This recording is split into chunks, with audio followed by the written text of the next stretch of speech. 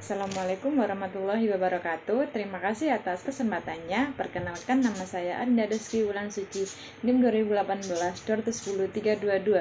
Di sini saya akan menjelaskan tentang metode penelitian yang berjudul tentang analisis pengaruh manajemen keuangan dan digital marketing dalam upaya terhadap peningkatan penjualan bagi UMKM Sentra Ikan Surabaya. Baik, selanjutnya saya akan menjelaskan tentang pendahuluan. Yang pertama adalah latar belakang masalah. Jadi, usaha mikro, kecil, dan menengah yang biasa disebut dengan sebagai UMKM merupakan unit usaha yang berdiri sendiri dan dikelola oleh perorangan maupun kelompok. Bentuk UMKM dapat berupa perusahaan, perseorangan, persekutuan, maupun perseroan terbatas. Kontribusi usaha mikro, kecil, dan menengah yang disebut sebagai UMKM di Indonesia tidak perlu diragukan lagi.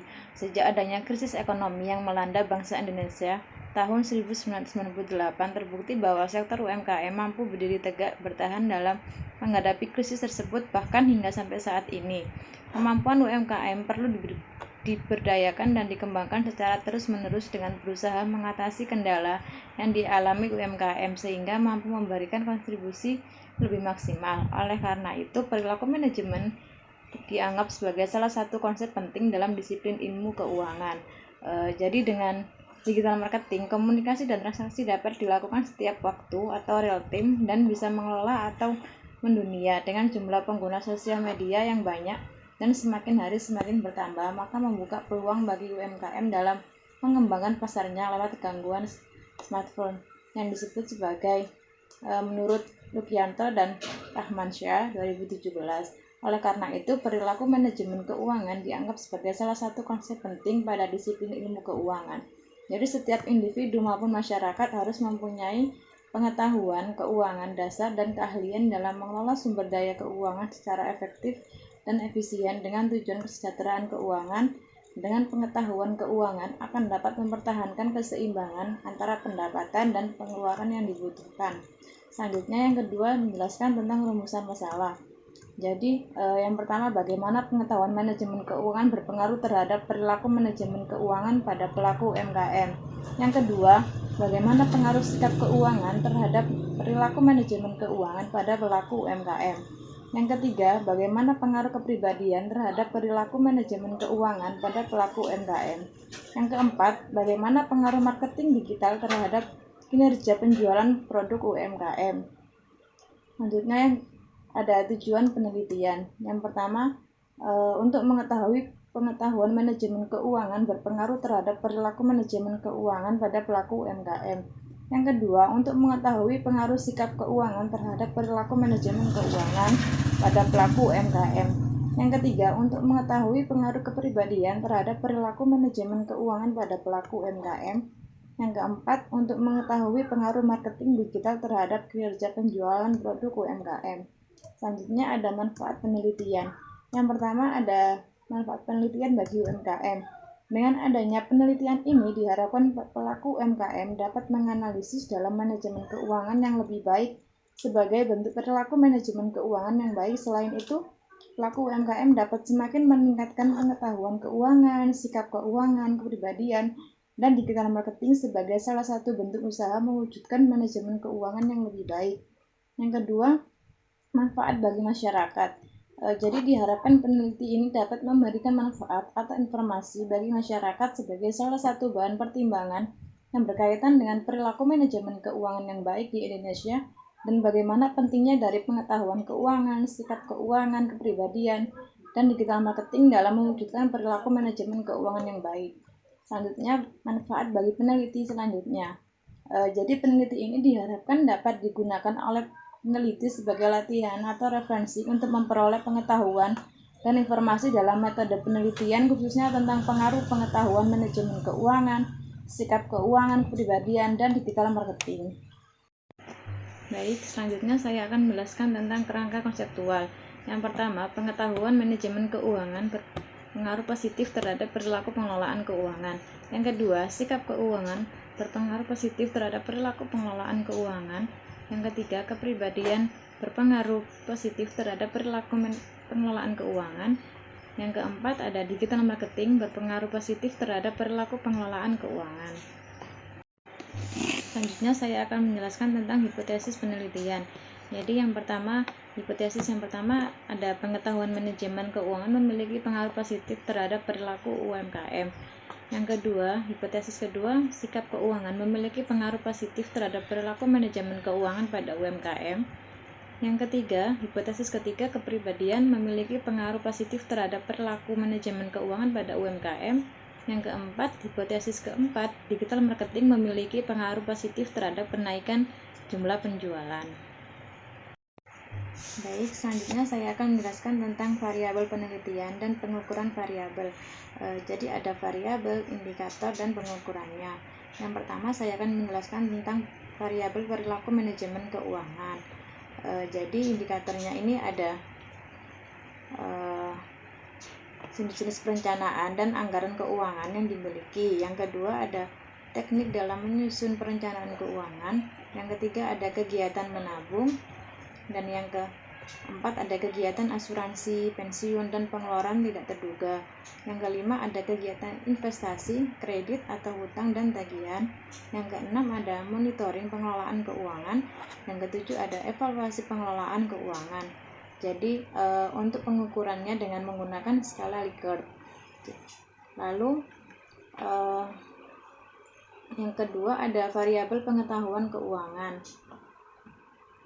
Variabel pengetahuan keuangan ini yang pertama indikatornya ada pengetahuan pengelolaan keuangan, yang kedua ada pengetahuan perencanaan keuangan, yang ketiga ada pengetahuan pengukuran dan pemasukan, yang keempat ada pengetahuan uang dan aset, yang kelima ada pengetahuan suku bunga, yang keenam ada pengetahuan tentang kredit, yang ketujuh ada pengetahuan dasar asuransi, yang kedelapan pengetahuan investasi. Selanjutnya ada pengukuran tingkat keuangan. Jadi tingkat keuangan ini tuh yang pertama ada orientasi terhadap keuangan pribadi, yang kedua ada filsafat utang, dan yang ketiga ada keamanan uang, dan yang keempat ini ada menilai keuangan pribadi, dan yang selanjutnya tentang kepribadian. Yang pertama ini indikatornya ada percaya diri, yang kedua berani mengambil resiko, yang ketiga kepemimpinan, yang keempat berorientasi ke masa depan. Jadi pengukurannya menggunakan skala Likert. Lalu yang terakhir ada digital marketing. Yang pertama ada indikatornya periklanan, yang kedua ada penjualan personal, yang ketiga ada penjualan emosional, dan yang keempat ada hubungan masyarakat, yang kelima ada pemasaran langsung. Jadi pengukuran ini menggunakan dengan skala rasio. Jadi skala Likert ini tuh adalah suatu skala psikometrik yang umum digunakan dalam angket dan merupakan skala yang paling banyak digunakan dalam riset berupa survei. Jadi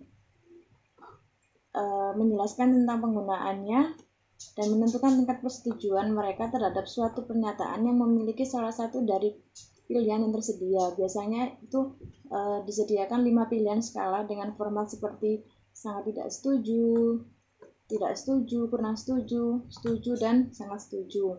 Lalu untuk skala rasio itu adalah skala data dengan kualitas paling tinggi, maka skala rasio terdapat semua karakteristik skala, nominal, ordinal, dan skala interval, ditambah dengan sifat adanya nilai nol yang bersifat mutlak.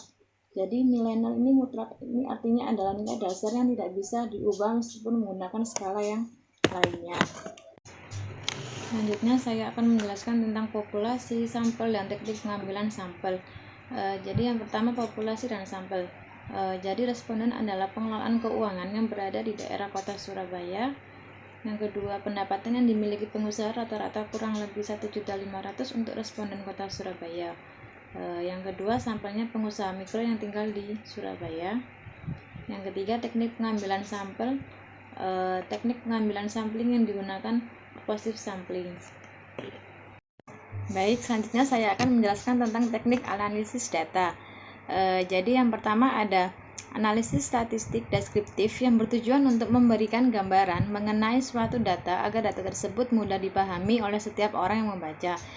Jadi analisa statistik deskriptif ini menjelaskan berbagai karakteristik data seperti rata-rata yang disebut sebagai mean, yang kedua ada jumlah simpangan baku yang disebut sebagai standard deviation, yang ketiga ada variance yang disebut variance, yang keempat ada rentang yang disebut sebagai range, yang kelima ada nilai minimum dan maksimum dan sebagainya. Itu menurut dari Sugiono 2008 menjelaskan bahwa analisis statistik deskriptif adalah statistik yang digunakan dengan cara mendeskripsikan serta menggambarkan data yang telah terkumpul tanpa bermaksud menyimpulkan data tersebut. Jadi analisis deskriptif ini digunakan untuk mendeskripsikan nilai-nilai dari hasil kuesioner masing-masing variabel, diharapkan mampu memberikan gambaran secara umum dari variabel-variabel yang didapatkan dari jawaban responden. Selanjutnya ada uji asumsi klasik. Yang pertama ada uji linearitas. Jadi uji linearitas ini digunakan untuk mengetahui atau membuktikan apakah dari masing-masing variabel bebas memiliki hubungan yang linear atau tidak dengan variabel terikat. Selanjutnya ada uji multikolinearitas. Itu bertujuan untuk menguji apakah model regresi ditemukan adanya korelasi antar variabel bebas independen, dan model regresi yang baik seharusnya tidak terjadi korelasi di antara variabel independen. Jadi selanjutnya ada uji heteroskedastisitas. Itu bertujuan untuk menguji apakah dalam model regresi terjadi ketidaksamaan yang varians dari residual suatu pengamatan ke pengamatan yang lain. Itu menurut Imam Ghazali. Model regresi yang baik adalah homoskedasitas atau tidak terjadi heteroskedasitas. Ini menurut Imam Ghazali. Cara mendeteksi ada tahu tidaknya heteroskedasis ini itu dengan menggunakan uji Glaser.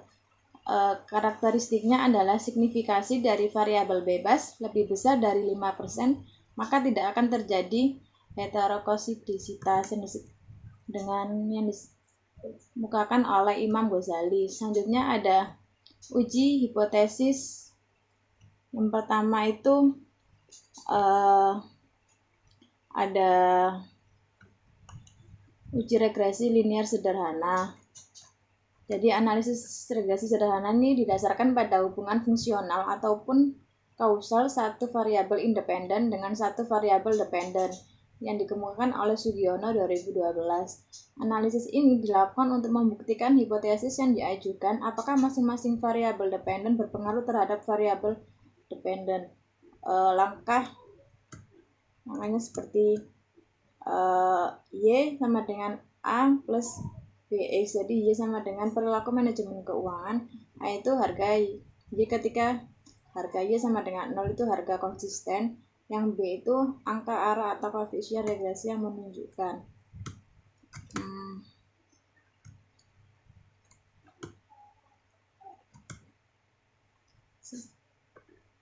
Selanjutnya ada regresi linear berganda. Jadi regresi berganda ini digunakan untuk mengetahui pengaruh variabel bebas independen secara bersama-sama terhadap variabel terikat dependen. Langkah-langkah yang digunakan dalam analisis regresi linear berganda itu adalah Y sama dengan A plus B1 X1 ditambah B2 X2 ditambah B3 X3. Jadi Y itu sebagai perilaku manajemen keuangan, X1 pengetahuan keuangan, X2 sikap keuangan, X3 kepribadian, dan yang A sama dengan harga Y jika X sama dengan 0 yang disebut sebagai konstanta, yang B koefisien linear berganda yang dikemukakan oleh Sugiono 2010. Sekian presentasi dari saya, kurang lebihnya mohon maaf. Terima kasih.